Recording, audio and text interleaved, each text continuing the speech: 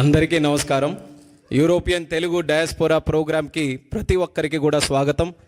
వేదికను అలంకరించిన మన అందరి అభిమాన నాయకుడు, నవ్యాంధ్రప్రదేశ్ నిర్మాత, తెలుగు వారందరికీ కూడా ప్రపంచంలో ఎక్కడ ఉన్న కేర్ ఆఫ్ అడ్రస్. రియల్ లైఫ్లో మనం అందరం సూపర్ స్టార్స్ చూసాం, కానీ రియల్ లైఫ్లో మనకు అందరికీ కూడా సూపర్ స్టార్ అయినటువంటి మనకి ఆర్కిటెక్ట్, మనకి విజనరీ, అలాగే మనకి బిల్డర్, మన ముఖ్యమంత్రి వర్యులు నారా చంద్రబాబు నాయుడు గారికి, అలాగే యువగల రథసారథి, నేటి యువతరానికి స్ఫూర్తినిస్తూ ఆయన గురించి ఎన్నో మాటలు మనం అందరం విన్నాం, రేపు భవిష్యత్తులో కూడా వింటాం.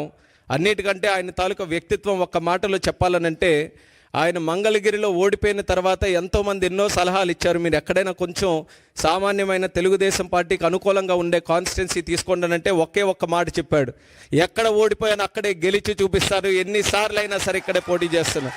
అలాంటిది ఈరోజు పోటీ చేసి రాష్ట్రంలోనే అత్యధికమైనటువంటి మెజారిటీతో ఈరోజు గెలుపు సాధించినటువంటి మన యువ నాయకుడు నారా లోకేష్ గారు, అలాగే మంత్రివర్యులు, మరొక డైనమిక్ మినిస్టర్, మన అందరికీ కూడా ఎంతో స్ఫూర్తినిచ్చే విధంగా ఇండస్ట్రీస్ని, ఇన్వెస్ట్మెంట్స్ని ఈరోజు ముందుకు నడిపిస్తున్నటువంటి టీజీ భరత్ గారు, ఈ కార్యక్రమంలో పార్టిసిపేట్ చేస్తున్నటువంటి ఎన్ఆర్ఐ తెలుగు కమ్యూనిటీ ప్రతి ఒక్కరికి, కేవలం స్విట్జర్లాండ్ జ్యూరికే కాకుండా యూరోప్ నలుమూలల నుంచి కూడా మన అభిమాన నాయకుడు ఇక్కడికి వస్తున్నారనంటే మనం స్వాగతం పలకాలి, ఆయనకి కలవాలని నలుమూలల నుంచి వచ్చేసినటువంటి ప్రతి ఒక్కరికి మరొక్కసారి మనస్ఫూర్తిగా నా హృదయపూర్వకమైనటువంటి నమస్కారాలు తెలియజేసుకుంటున్నాను.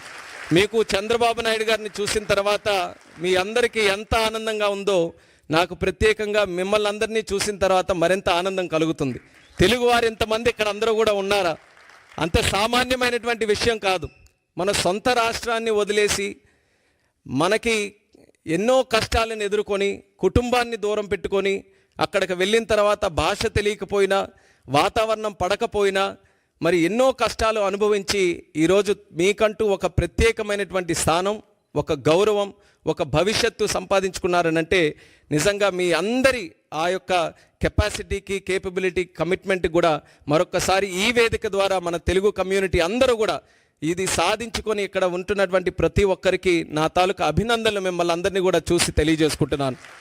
మరి ఈరోజు తెలుగువారి గురించి చెప్పాలనంటే మన ఎవరికంటే తక్కువ కాదు.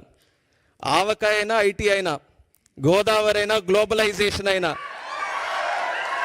అలాగే గోంగూర అయినా, ఆంటర్ప్రినర్ అయినా తెలుగువారు సాధించలేనిది ఏది కూడా లేదు. అదే చంద్రబాబు నాయుడు గారు కూడా ఎప్పుడు కూడా మాట్లాడుతూ ఉంటారు. అది నిరూపించారు కూడా. ప్రపంచంలో ఎక్కడికి వెళ్ళినా సరే తెలుగువారు, భారతీయులు ఎలాగో కనబడతారో ఆ భారతీయుల్లో ఖచ్చితంగా తెలుగువారు ఉంటారు. ఎందుకనంటే వాళ్ళందరికీ కూడా కలుపుకొని వెళ్ళేటటువంటి తత్వం ఉంది, కష్టపడే తత్వం ఉంది, లాయల్టీ ఒకటి ఉంటుంది, అలాగే ఇన్నోవేటివ్నెస్, ఆంటర్ప్రినోరియల్ స్కిల్స్ అన్నీ కూడా ఉంటాయి. కాబట్టి ఎక్కడ ఏ ఛాలెంజ్ వచ్చినా సరే ఆ ఛాలెంజ్ని వెతుక్కుంటూ అది ఒక అవకాశంగా మార్చుకొని ముందుకు వచ్చేటటువంటిది మన తెలుగు కమ్యూనిటీ. అటువంటి కమ్యూనిటీ ఈరోజు ఒక విషయం చెప్పాలనంటే, ఎన్డీఏ ప్రభుత్వం మనం ఆంధ్రప్రదేశ్ రాష్ట్రంలో చూసాం. 5 సంవత్సరాలు కూడా ఎన్నో కష్టాలు మనం అనుభవిస్తే ఒక రకంగా తెలుగు వారందరూ కూడా రెస్పాన్సిబిలిటీ తీసుకున్నారు. మనం కానీ ఈరోజు రియాక్ట్ అవ్వకపోతే రేపు నష్టపోయేది ఏదో ఒక తెలుగుదేశం పార్టీనో లేకపోతే ఒక రాజకీయ నాయకులో, కొంతమంది వ్యక్తులో కాదు, యావత్ తెలుగు జాతి అందరం కూడా నష్టపోతామని ఆ రెస్పాన్సిబిలిటీ అందరూ కూడా తీసుకొని ఈరోజు ఒక పెద్ద మెజారిటీతో, ఎప్పుడు ఊహించలేనటువంటి మెజారిటీతో, సుమారు 93% స్ట్రైక్ రేట్తో ఒక రాష్ట్ర ప్రభుత్వం వచ్చిందనంటే అది ఫస్ట్ ఆఫ్ ఇట్స్ కైండ్ మన ఆంధ్రప్రదేశ్ రాష్ట్రంలో వచ్చింది. దానికి కారణం మీరందరూ కూడా ఆంధ్రప్రదేశ్ రాష్ట్రంలో ఉండి ఆ రోజు ఓటు వేసినటువంటి వాళ్ళు ఎంత రెస్పాన్సిబిలిటీ ఫీల్ అయ్యి ఆ రోజు కార్యక్రమంలో పాల్గొన్నారో ఎన్ఆర్ఐస్గా ఉన్నటువంటి వ్యక్తులు కూడా చూసాం.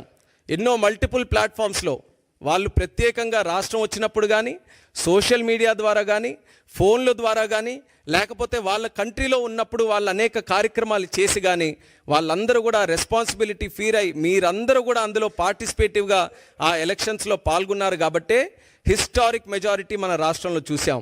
ఆ మెజారిటీ ఎలాంటిదంటే కేవలం రాష్ట్రంలోనే హిస్టారిక్ కాదు, దేశంలో కూడా ఒక పలంగా మళ్ళీ ఎన్డీఏ ప్రభుత్వం ఈరోజు ఏర్పడిందనంటే అది తెలుగు వారి పవర్తోనే అనేది మనం అందరం గుర్తుపెట్టుకోవాలి. అలాంటి ఎక్స్ట్రాడినరీ విక్టరీ మీరందరూ కూడా కల్పించారు. అది ఎందుకు చెప్తున్నానంటే మళ్ళీ మనం ఆ రోజులు గుర్తుపెట్టుకోవాలి. ఏం జరుగుతుందా అని భయపడుతున్నటువంటి రోజుల్లో, ఒక కన్ఫ్యూజ్డ్ స్టేట్లో అందరం కూడా ఉన్నప్పుడు, ఏమీ తెలియనటువంటిది అసలు భవిష్యత్తు ఎలాగుంటుందో ఒక కన్ఫ్యూజన్ ఉన్నప్పుడు కూడా అందరూ కూడా కలిసి కట్టుగా మీరందరూ కూడా కలిసి ఒక పని చేస్తే దాని రిజల్ట్ ఎలాగుందో మీరు అందరూ కూడా చూశారు కదా జూన్ 4వ తేదీన.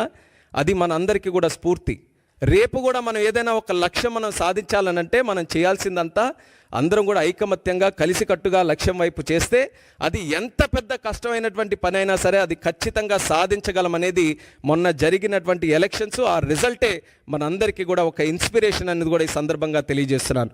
ఆ ఎలక్షన్స్లో ఏ రకంగా మీరు అందరూ కూడా పార్టిసిపేట్ చేసి ఈరోజు ఇంత చక్కగా ఒక ప్రభుత్వాన్ని ఏర్పాటు చేయడానికి మీరు అందరూ కూడా కృషి చేశారో, this is the time that we give back to you, to give back to the whole Telugu community. ఆ ఉద్దేశంతోనే ఈరోజు దావోస్ వచ్చి, సాధారణంగా ఏం చేయాలి దావోస్ వచ్చిన తర్వాత, ప్రపంచం నుంచి ఎవరెవరు వస్తున్నారో వాళ్ళందరికీ కూడా కలవాలి. కానీ చంద్రబాబు నాయుడు గారి ఉద్దేశం ఎక్కడికి వెళ్ళినా ముందు మన తెలుగు వాళ్ళతోనే శ్రీకారం చుట్టాలి, తెలుగు వాళ్ళతోనే కలవాలి. మనం ఈరోజు ఆంధ్రప్రదేశ్ రాష్ట్రాన్ని బ్రహ్మాండంగా వరల్డ్లోనే ఒక నెంబర్ 1గా తయారు చేయాలనంటే ప్రపంచంలో ఉన్న వ్యక్తులందరినీ కూడా తీసుకొని రావడమే కాదు, తెలుగు వాళ్ళలో కూడా ఆణిముత్యాలు ఎవరైతే ఉన్నారో వాళ్ళను కూడా మళ్ళీ ఇంక్లూడ్ చేసుకొని వాళ్ళను కూడా మళ్ళీ తీసుకొని రావాలని ఈరోజు బ్రహ్మాండంగా ఈ కార్యక్రమం కూడా పెట్టడం జరిగింది. Very inspirational program. ఇది ఖచ్చితంగా ఒక మంచి రిజల్ట్స్ భవిష్యత్తులో ఈల్డ్ చేస్తుంది అన్నటువంటి నమ్మకం ఉంది. మా నమ్మకం అంతా ఒక్కటే, the one and only man Chandrababu Naidu గారు. ఆ వ్యక్తి రాజకీయాలు ఎప్పుడు మొదలుపెట్టారో తెలుసా? 1978లో. 78లో ఆ లిస్టు తీసుకోండి. దేశంలో ఎంతమంది ఎమ్మెల్యేలుగా మొదలయ్యారు, ఎంతమంది ఎంపీలుగా మొదలయ్యారు, ఆ లిస్టు తీసుకుంటే వేలాది మంది ఉంటే అందులో బహుశా 1-2 ఉంటారేమో. అందులో ఒకరు ఈరోజు చంద్రబాబు నాయుడు గారు. అయితే వాళ్ళందరికీ కూడా వయసు అయిపోయింది, కానీ ఈయనకి మాత్రం వయసు అవ్వలేదు. నలుగురు యంగ్స్టర్స్ ఉన్నాయి ఈరోజు వేదిక మీద. అగ్రీ చేస్తారా లేదా? నలుగురు యంగ్స్టర్స్, అందరిలో కూడా విజన్లో యంగెస్ట్ ఎవరైనా ఉన్నారంటే చంద్రబాబు నాయుడు గారు. నేను ఎప్పుడు కూడా చెప్తుంటాను, మేము వయసులో యంగ్ కానీ ఆలోచనలో మాత్రం మాకంటే యంగ్. ఆయన స్పీడ్ పట్టుకోవాలంటే మాకు ఇప్పటికీ కూడా చేత కావట్లేదు. ఆయన గైడెన్సు, ఆయన తాలూకా మెంటర్షిప్ వల్ల ఈరోజు మేము కూడా చిన్న స్థాయి నుంచి ఈరోజు ఈ స్థాయి వరకు నేను కూడా ఒక యంగ్స్టర్గా నేను చెప్తున్నాను. నాన్నగారు చనిపోయిన తర్వాత ఒక కుటుంబ పెద్దల ఆయన దగ్గర చేర్చుకొని ఈరోజు 3వసారి కూడా ఎంపీ గెలవడానికి ఒక మంచి మెంటర్షిప్తో మాలాంటి నాయకుల్ని మళ్ళీ పార్టీలో తయారు చేస్తూ ఈరోజు రాష్ట్రానికి అందిస్తున్నారంటే అది ఆయన తాలూకా దూరదృష్టికి, ఆయనకి ఈ జాతి మీద ఉన్నటువంటి కమిట్మెంట్కి అది ఒక చిత్తశుద్ధి అనేది కూడా ఈ సందర్భంగా తెలియజేస్తున్నాను. టుడే ఆయనతో పాటు స్విట్జర్లాండ్ లాంటి దేశంలో ఆయనతో పాటు ఒక వేదిక పంచుకొని ఆయన ద్వారా పెరిగినటువంటి ఒక నాయకుడిగా భారతదేశంలోనే అతి చిన్న వయసులో ఉన్నటువంటి ఒక క్యాబినెట్ మినిస్టర్గా ఆయన పక్కన కూర్చున్నానంటే అది ఆయనకున్నటువంటి విజన్ అనేది కూడా ఈ సందర్భంగా తెలియజేస్తున్నాను. ఆ విజన్ ఈరోజు నేను ఏ రకంగా అయితే ఆయన నమ్మి ఆయన తాలూకు ఆలోచనలకు అనుగుణంగా ముందుకు నడిచానో మీ అందరికీ కూడా అదే తెలియజేసుకుంటున్నాను. ఆయన ఆలోచనలు కానీ మీరు స్వీకరించి ఆయన ఏ మాటలైతే మన కోసం చెప్తున్నారో అవి అంగీకరిస్తూ దాని వైపు మనం అడుగులు వేస్తే మీరు కూడా ఎక్స్ట్రాడినరీ రిజల్ట్స్ మీరు అందరూ కూడా మీ తాలూకా ప్రొఫెషన్లో మీ జీవితంలో ఖచ్చితంగా సాధిస్తారు. మనకందరికీ కూడా ఇటువంటి నాయకుడు ఉండడం మనం చేసుకున్నటువంటి అదృష్టం. అది ప్రతి ఒక్కరూ కూడా సద్వినియోగం చేసుకోవాలి. అది రానున్న రోజుల్లో మనం అందరం కూడా ఈరోజు ప్రపంచంలో తెలుగు వాళ్ళు ఎంతోమంది ఎన్నో పెద్ద పెద్ద కంపెనీలకి ఉన్నతమైనటువంటి స్థాయిలో ప్రాతినిధ్యం వహిస్తున్నారు. అంటే దేశంలో ప్రపంచంలో ఏ కంపెనీలు చూసినా సరే తెలుగు వాళ్ళందరూ కూడా మంచి పొజిషన్స్లో ఉన్నారు. అంత కెపాసిటీ మన తెలుగు వాళ్ళకు ఉన్నప్పుడు మన తెలుగు ల్యాండ్ ఎందుకు ప్రపంచంలో నెంబర్ 1 ఉండకూడదు? అది ఆయన తాలూకు ఆలోచన. అందుకనే అమరావతి లాంటి క్యాపిటల్ నిర్మిస్తే కేవలం ఆంధ్రప్రదేశ్ రాష్ట్రానికే కాదు, భారతదేశానికే కాదు, ప్రపంచం అందరూ కూడా గర్వంగా చెప్పుకునే రాజధాని మన ఆంధ్రప్రదేశ్ రాష్ట్రంలో ఉండాలని ఆయన శ్రీకారం చుట్టారు. మనకేంటంటే 5 సంవత్సరాలు కరెంటు కట్ చేసినట్టుగా అంధకార ప్రదేశ్ అయిపోయింది ఆంధ్రప్రదేశ్ అంతా. మళ్ళీ ఈరోజు 1000 కిలోవాట్లు ఉన్నటువంటి ఒక బలాన్ని, ఒక ఎలక్ట్రికల్ ఒక పవర్ స్టేషన్ని మళ్ళీ ఈరోజు అందించినట్టుగా చంద్రబాబు నాయుడు గారి తాలూకు పనితీరుతో ముందుకు నడుస్తున్నాం. మీ అందరికీ కూడా ఆహ్వానిస్తున్నాం. మళ్ళీ కనెక్ట్ అవ్వండి. ఏ రకంగా ఎలక్షన్స్లో రెస్పాన్సిబిలిటీ తీసుకున్నారో స్వర్ణాంధ్రప్రదేశ్ నిర్మాణంలో కూడా చంద్రబాబు నాయుడు గారి తాలూకా నాయకత్వంలో అందరూ కూడా కలిసికట్టుగా పనిచేద్దాం.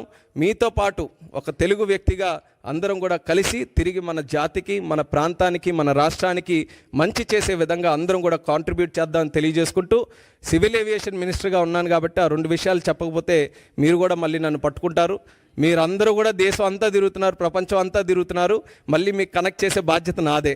కాబట్టి ఈరోజు చాలామంది రిప్రజెంటేషన్స్ కూడా డెన్మార్క్ నుంచి, బెల్జియం నుంచి, బ్రసెల్స్ అవన్నీ కూడా చాలామంది రిప్రజెంటేషన్స్ ఉన్నాయి. డైరెక్ట్ ఫ్లైట్స్ కావాలని నేను తప్పకుండా దాని మీద ప్రత్యేకమైనటువంటి దృష్టి పెట్టి ముందుగా చంద్రబాబు నాయుడు గారి తాలూకా డైరెక్షన్లో మనకుండేటటువంటి ఎయిర్పోర్ట్స్, ఒక 7 బ్రహ్మాండమైన ఎయిర్పోర్ట్స్ మన రాష్ట్రంలో ఉంటే డొమెస్టిక్ కనెక్టివిటీ ఇంప్రూవ్ చేయడానికి లాస్ట్ 6-7 మంత్స్ కూడా కృషి చేసాం. బాగా పెరిగింది.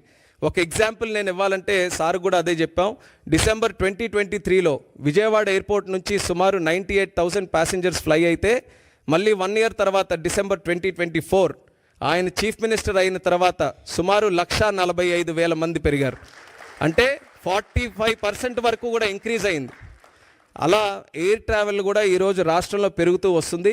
ఎయిర్పోర్ట్స్ కూడా పెంచడానికి ఆయనకు మంచి ఆలోచనలు ఉన్నాయి. దాని పరంగా కూడా చేస్తాం. దానితో పాటు ఇంటర్నేషనల్ కనెక్టివిటీ మనకుండే సిటీస్ నుంచి కూడా ఇంప్రూవ్ చేయాలనేది సార్ కూడా మాకు గైడెన్స్ ఇచ్చి ముందుకు నడిపిస్తున్నారు. అది ఖచ్చితంగా నాకుండే పొజిషన్ని సద్వినియోగం చేసుకొని మన రాష్ట్రంలో ఇంటర్నేషనల్ కనెక్టివిటీ కూడా ఇంప్రూవ్ చేయడానికి నా వంతుగా ఫుల్ కమిట్మెంట్తో నేను పనిచేస్తాను. మీరు కూడా స్పెసిఫిక్గా చెప్పిన విషయాల్లో కూడా ప్రత్యేక ఫోకస్ పెడతానని కూడా ఈ సందర్భంగా తెలియజేసుకుంటూ, ఈరోజు ఈ కార్యక్రమంలో పార్టిసిపేట్ చేసే అవకాశం రావడం నిజంగా నేను ఎంతో సంతోషంగా భావిస్తున్నాను. అలాగే ఇక్కడికి విచ్చేసినటువంటి ప్రతి ఒక్కరికి కూడా మరొకసారి నా హృదయపూర్వకమైనటువంటి ధన్యవాదాలు తెలియజేసుకుంటూ మీ అందరి దగ్గర సెలవు తీసుకుంటున్నాను. జై హింద్, జై జన్మభూమి.